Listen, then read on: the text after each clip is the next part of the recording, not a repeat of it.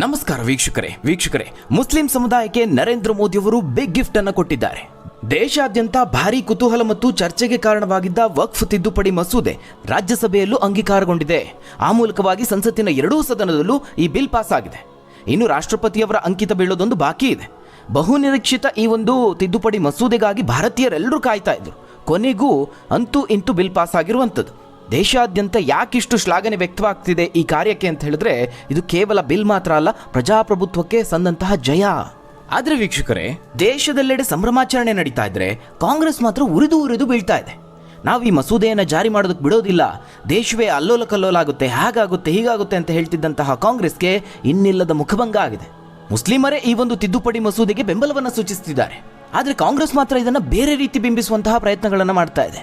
ಒಟ್ಟಾರೆಯಾಗಿ ಈ ಒಂದು ಮಸೂದೆ ಜಾರಿ ಆಗ್ತಾ ಇರೋದು ಕಾಂಗ್ರೆಸ್ಗೆ ತೀವ್ರವಾದಂತಹ ಮುಖಭಂಗ ಎದುರಿಸುವಂತಾಗಿದೆ.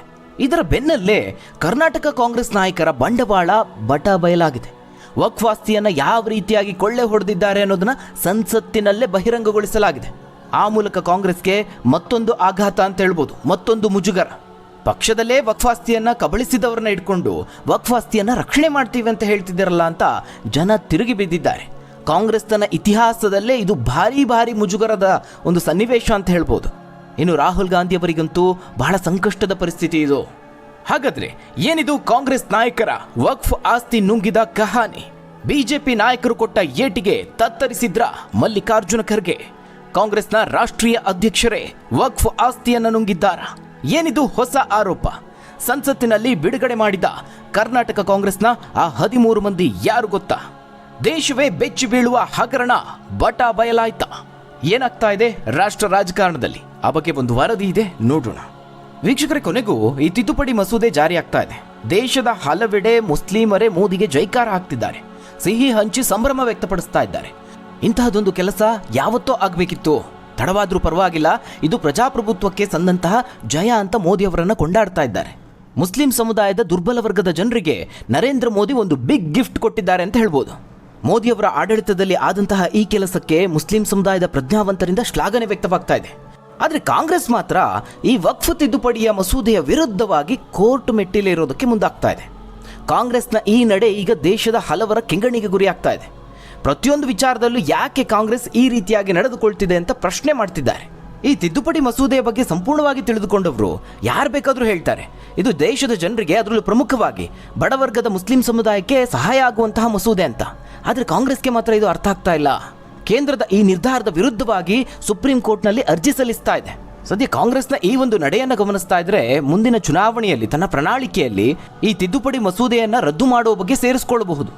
ವೀಕ್ಷಕರೇ, ಅದೇನೇ ಇದ್ರೂ ಈ ಮಸೂದೆ ಮಾತ್ರ ಭಾರೀ ಬಹುಮತದಿಂದ ಲೋಕಸಭೆಯಲ್ಲಿ ಅಂಗೀಕಾರ ಆಯಿತು. ಇದರ ಜೊತೆಗೆ ವಿರೋಧ ಪಕ್ಷದ ಗದ್ದಲದ ನಡುವೆನೂ ರಾಜ್ಯಸಭೆಯಲ್ಲೂ ಅಂಗೀಕಾರ ಆಗಿದೆ. ರಾಜ್ಯಸಭೆಯಲ್ಲಿ 128 ಮಂದಿ ಪರವಾಗಿದ್ರೆ 95 ಮಂದಿ ಸದಸ್ಯರ ವಿರೋಧ ಇತ್ತು. ಇನ್ನು ಲೋಕಸಭೆಯಲ್ಲಿ 288 ಸಂಸದರು ಈ ಮಸೂದೆಗೆ ಒಪ್ಪಿಗೆಯನ್ನು ನೀಡಿದರು. ಹಾಗೆ 232 ಸಂಸದರು ಈ ಮಸೂದೆಯ ವಿರುದ್ಧವಾಗಿ ಮತ ಚಲಾಯಿಸಿದ್ರು. ಇದೀಗ ದೇಶದಲ್ಲಿ ಈ ಬಗ್ಗೆ ಭಾರೀ ಚರ್ಚೆ ಆಗ್ತಾ ಇದೆ. ಕಾಂಗ್ರೆಸ್ ಈ ಮಸೂದೆಯನ್ನು ವಿರೋಧ ಮಾಡಿದ್ರೆ ಬಿಜೆಪಿ ಇದು ಎಲ್ಲರನ್ನ ಒಗ್ಗೂಡಿಸುತ್ತೆ, ಎಲ್ಲ ಆಸ್ತಿಯನ್ನ ಸಂರಕ್ಷಣೆ ಮಾಡುತ್ತೆ ಅಂತ ಹೇಳ್ತಾ ಇದೆ. ಈ ಮಸೂದೆ ಜನರಿಗೆ ಸಹಾಯ ಆಗುತ್ತೆ ಅನ್ನೋದು ಗೊತ್ತಿದ್ರೂ ಸಹ ಅದನ್ನು ವಿರೋಧ ಮಾಡ್ತಿರೋದು ರಾಜಕೀಯ ಕಾರಣಕ್ಕಾಗಿ ಅನ್ನೋದು ಎಲ್ರಿಗೂ ಗೊತ್ತಿರೋ ಸತ್ಯ. ಇನ್ನು ವೀಕ್ಷಕರೇ, ರಾಜ್ಯಸಭೆಯಲ್ಲೂ ಒಂದಷ್ಟು ಇಂಟ್ರೆಸ್ಟಿಂಗ್ ಸಂಗತಿಗಳು ನಡೀತು. ಗುರುವಾರ ಮಧ್ಯರಾತ್ರಿ ಈ ಒಂದು ಮಸೂದೆಗೆ ಅಲ್ಲಿ ಅನುಮೋದನೆ ಸಿಕ್ಕಿದೆ. ಇದಕ್ಕೂ ಮುನ್ನ ಒಂದಷ್ಟು ಚರ್ಚೆ ನಡೀತು. ವಿಶೇಷವಾಗಿ ಬಿಜೆಪಿಯ ರಾಜ್ಯಸಭಾ ಸದಸ್ಯ ರಾಧಾ ಮೋಹನ್ ದಾಸ್ ಅಗರ್ವಾಲ್ ಅವರು ಅಬ್ಬರಿಸಿದ್ರು. ಕಾಂಗ್ರೆಸ್ ವಿರುದ್ಧವಾಗಿ ವಾಗ್ದಾಳಿಯನ್ನು ನಡೆಸಿದ್ರು. ಕರ್ನಾಟಕದಲ್ಲಿ ಯಾವ್ಯಾವ ನಾಯಕರು ವಕ್ಫ್ ಆಸ್ತಿಯನ್ನು ಕಬಳಿಸಿದ್ದಾರೆ ಅನ್ನುವ ವರದಿಯನ್ನ ಕಲಾಪದಲ್ಲೇ ಬಹಿರಂಗಪಡಿಸಿದ್ರು. ವಕ್ಫ್ ಚರ್ಚೆಯ ಸಂದರ್ಭದಲ್ಲಿ ಬಿಜೆಪಿ ನಾಯಕರು ಇಂತಹದೊಂದು ಸತ್ಯವನ್ನ ದೇಶದ ಜನರ ಮುಂದೆ ಬಿಚ್ಚಿಡ್ತಾರೆ ಅಂತ ಕಾಂಗ್ರೆಸ್ಸಿಗರು ಊಹೆ ಕೂಡ ಮಾಡಿರಲಿಲ್ಲ. ಈ ಮಸೂದೆ ಪಾಸ್ ಆಗೋದಕ್ಕೆ ಕಾಯ್ತಾ ಇದ್ರೇನೋ ಗೊತ್ತಿಲ್ಲ, ರಾಧಾ ಮೋಹನ್ ದಾಸ್ ಅವರು ಕೊನೆಗೂ ಆ ಹೆಸರುಗಳನ್ನು ಬಹಿರಂಗಪಡಿಸಿದ್ದಾರೆ. ಕರ್ನಾಟಕದಲ್ಲಿ ಯಾರ್ಯಾರು ವಕ್ಫ್ ಆಸ್ತಿಯನ್ನು ಕಬಳಿಸಿದ್ದಾರೆ ಅನ್ನುವ ವರದಿ ಜೆಪಿಸಿಯಲ್ಲಿ ಉಲ್ಲೇಖ ಆಗಿದೆ.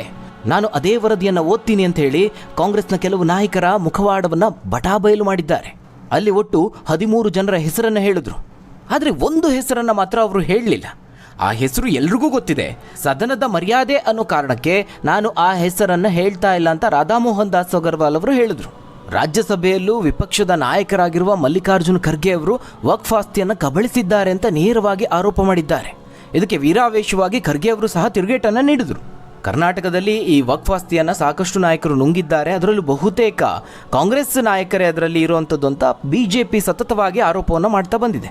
ಇದೀಗ 13 ಜನರ ಹೆಸರು ಹೇಳೋದ್ರ ಜೊತೆಗೆ ಕಾಂಗ್ರೆಸ್ನ ರಾಷ್ಟ್ರೀಯ ಅಧ್ಯಕ್ಷರ ವಿರುದ್ಧವಾಗಿಯೂ ಬಹುದೊಡ್ಡ ಆರೋಪ ಕೇಳಿಬಂದಿದೆ. ಬಿಜೆಪಿಯ ನಾಯಕ ಹಮೀರ್ಪುರ್ ಲೋಕಸಭಾ ಕ್ಷೇತ್ರದ ಸಂಸದ ಅನುರಾಗ್ ಠಾಕೂರ್ ಅವರು ಎಐಸಿಸಿ ಅಧ್ಯಕ್ಷ ಮಲ್ಲಿಕಾರ್ಜುನ್ ಖರ್ಗೆ ಅವರ ಮೇಲೂ ಬಹುದೊಡ್ಡ ಆರೋಪವನ್ನು ಮಾಡಿದ್ದಾರೆ. ಅದು ಸಹ ರಾಜ್ಯಸಭೆಯಲ್ಲೇ ಖರ್ಗೆ ಅವರ ಎದುರಲ್ಲೇ. ಇದು ಕಾಂಗ್ರೆಸ್ಗೆ ರಾಷ್ಟ್ರೀಯವಾಗಿ ಇನ್ನಿಲ್ಲದ ಮುಜುಗರವನ್ನು ತಂದಿಟ್ಟಿದೆ. ಇನ್ನು ಕರ್ನಾಟಕ ಕಾಂಗ್ರೆಸ್ಗಂತೂ ಇದು ಕಂಡು ಕೇಳರಿಯದ ಆಘಾತ ಅಂತಲೇ ಹೇಳ್ಬೋದು. ಈಗಾಗಲೇ ರಾಜ್ಯ ಕಾಂಗ್ರೆಸ್ ವಿರುದ್ಧವಾಗಿ ಹಲವು ಆರೋಪಗಳು ಕೇಳಿ ಬಂದಿದೆ. ಈಗ ವಕ್ಫ್ ಆಸ್ತಿಯನ್ನು ಕಬಳಿಸಿರುವ ಬಗ್ಗೆ ಆರೋಪ ಕೇಳಿ ಬಂದಿರುವಂಥದ್ದು. ರಾಜ್ಯ ಕಾಂಗ್ರೆಸ್ನ ಆ 13 ಮಂದಿಯ ಪಟ್ಟಿಯೂ ಸಹ ನಮಗೆ ಲಭ್ಯವಾಗಿದೆ. ಮೊದಲನೇದಾಗಿ ಮಾಜಿ ಸಚಿವ ಖಮರುಲ್ಲಾ ಇಸ್ಲಾಂ, ಮತ್ತೋರ್ವ ಮಾಜಿ ಸಂಸದ ನರಸಿಂಗರಾವ್ ಸೂರ್ಯವಂಶಿ, ಅದೇ ರೀತಿ ಮಾಜಿ ಕೇಂದ್ರ ಸಚಿವ ಸಿಎಂ ಇಬ್ರಾಹಿಂ ಅವರ ಹೆಸರನ್ನು ಹೇಳಿದ್ದಾರೆ. ಮಾಜಿ ಕೇಂದ್ರ ಸಚಿವ ಕೆ ರೆಹಮಾನ್ ಖಾನ್, ವಕ್ಫ್ ಬೋರ್ಡ್ನ ಅಧಿಕಾರಿ ಅಬ್ದುಲ್ಲಾ ಸಲೀಂ, ಮಾಜಿ ಅಧಿಕಾರಿ ಎಂಎ ಖಲೀದ್, ಅಧ್ಯಕ್ಷರಾದ ಮುಮ್ತಾಜ್ ಅಹ್ಮದ್ ಖಾನ್, ಇನ್ನು IAS ಅಧಿಕಾರಿ ಮಹಮ್ಮದ್ ಸನುಲ್ಲಾ, ಮಾಜಿ ಸಚಿವ ಸಿಂಧೂಸ್ ಗಿರಿ, ಅದೇ ರೀತಿ IMICSನ MS ಬಾಷಾ, ಮಾಜಿ ಕೇಂದ್ರ ಸಚಿವ CK ಜಾಫರ್ ಶರೀಫ್ ಅವರ ಮೇಲೆ ಬಹುದೊಡ್ಡ ಆರೋಪ ಕೇಳಿಬಂದಿರುವಂಥದ್ದು. ಇದು ಮಾತ್ರ ಅಲ್ಲದೆ ಇನ್ನಿಬ್ಬರು ರಾಜ್ಯ ಸರ್ಕಾರದ ಶಾಸಕರು, ಹಾಲಿ ಶಾಸಕರಾಗಿರೋರ ಮೇಲೂ ಆರೋಪ ಕೇಳಿಬಂದಿದೆ. ಹಾಲಿ ಶಾಸಕರಾಗಿರುವ NA ಹ್ಯಾರಿಸ್ ಅವರ ಹೆಸರನ್ನು ಸಂಸತ್ನಲ್ಲಿ ಉಲ್ಲೇಖ ಮಾಡಿದ್ದಾರೆ. ಅದೇ ರೀತಿ ಮತ್ತೊಬ್ಬ ಹಾಲಿ ಶಾಸಕಿ ಖನಿಜಾ ಫಾತಿಮಾ ಅವರ ಹೆಸರು ಕೂಡ ಇದೆ. ಕಾಂಗ್ರೆಸ್ಗೆ ಇದು ಬ್ಯಾಕ್ ಟು ಬ್ಯಾಕ್ ಶಾಕ್ ಅಂತಲೇ ಹೇಳ್ಬೋದು. ಇನ್ನು ಲೋಕಸಭೆಯಲ್ಲಿ ಈ ಬಿಲ್ ಮಂಡನೆಗೂ ಮುನ್ನ ಕಿರಣ್ ರಿಜಿಜು ಹಾಗೆ ಕೇಂದ್ರ ಗೃಹ ಸಚಿವ ಅಮಿತ್ ಶಾ ಅವರು ಈ ಪರಿಷ್ಕೃತ ಮಸೂದೆ ಏನು ಹೇಳುತ್ತೆ ಅನ್ನೋದನ್ನ ವಿವರಿಸಿದ್ರು. ಇದರಿಂದ ಮುಸ್ಲಿಂ ಸಮುದಾಯದವರಿಗೆ ಯಾವುದೇ ರೀತಿಯ ತೊಂದರೆ ಆಗೋದಿಲ್ಲ ಅನ್ನೋದನ್ನ ಇಂಚಿಂಚಾಗಿ ಸದನದ ಮುಂದೆ ಇಟ್ಟರು. ಇತ್ತ ಲೋಕಸಭೆಯಲ್ಲಿ ಬಿಲ್ ಮಂಡನೆ ಆಗ್ತಾ ಇದ್ದಂತೆ ಅತ್ತ ಭೋಪಾಲ್ನಲ್ಲಿ ಮುಸ್ಲಿಂ ಮಹಿಳೆಯರು ಸಂಭ್ರಮಿಸಿದ್ದಾರೆ. ಮಸೂದೆಯನ್ನ ಸಚಿವರು ಮಂಡಿಸ್ತಾ ಇದ್ದಂತೆ ನಗರದ ಮಹಿಳೆಯರು ಹೊರಬಂದು ಜೈ ಮೋದಿ ಅಂತ ಮಸೂದೆಗೆ ಸ್ವಾಗತವನ್ನು ಕೋರಿದ್ರು. ಇದು ಪಾಸ್ ಆಗಲಿ ಅಂತ ಹೇಳಿ ಪ್ರಾರ್ಥನೆಯನ್ನ ಮಾಡಿದ್ರು. ಇನ್ನು ಆ ಮಹಿಳೆಯರ ಜೊತೆಗೆ ಪುರುಷರು ಸಹ ಕುಣಿದು ಕುಪ್ಪಳಿಸಿ ಸಂಭ್ರಮಿಸಿದ್ದಾರೆ. ಅದರಲ್ಲೂ ಈದ್ ಹಬ್ಬ ಮುಗಿದ 2 ದಿನಗಳಲ್ಲೇ ಈ ಬಿಲ್ ಮಂಡನೆಯಾಗಿದ್ದು ಸಾಕಷ್ಟು ಕುತೂಹಲಕ್ಕೆ ಕಾರಣ ಆಗಿದೆ. ವಿಶೇಷವಾಗಿ ಮುಸ್ಲಿಂ ಸಮುದಾಯದ ಮಹಿಳೆಯರು ಈ ಮಸೂದೆಯನ್ನ ಸ್ವಾಗತ ಮಾಡಿರುವುದು ವಿಪಕ್ಷ ನಾಯಕರ ಮುಜುಗರಕ್ಕೆ ಕಾರಣ ಆಗಿದೆ. ನಮ್ಮ ಪಾಲಿಗಿದೊಂದು ಐತಿಹಾಸಿಕ ದಿನ ಅಂತ ಮಹಿಳೆಯರು ಸಂಭ್ರಮ ಪಟ್ಟಿದ್ದಾರೆ. ಪ್ರಧಾನಿಗೆ ಧನ್ಯವಾದವನ್ನ ತಿಳಿಸ್ತಾ ಇದ್ದಾರೆ. ಒಟ್ಟಾರೆಯಾಗಿ ಈ ವಕ್ಫ್ ತಿದ್ದುಪಡಿ ಮಸೂದೆಯ ಬಗ್ಗೆ ದೇಶಾದ್ಯಂತ ಚರ್ಚೆ ಆಗ್ತಾ ಇದೆ. ಹಾಗಾದ್ರೆ ವೀಕ್ಷಕರೇ, ಈ ಬಗ್ಗೆ ನೀವೇನಂತೀರಾ? ನಿಮ್ಮ ಅನಿಸಿಕೆ, ಅಭಿಪ್ರಾಯವನ್ನ ಕಾಮೆಂಟ್ ಮೂಲಕವಾಗಿ ತಿಳಿಸಿ. ಧನ್ಯವಾದಗಳು ವೀಕ್ಷಕರೇ.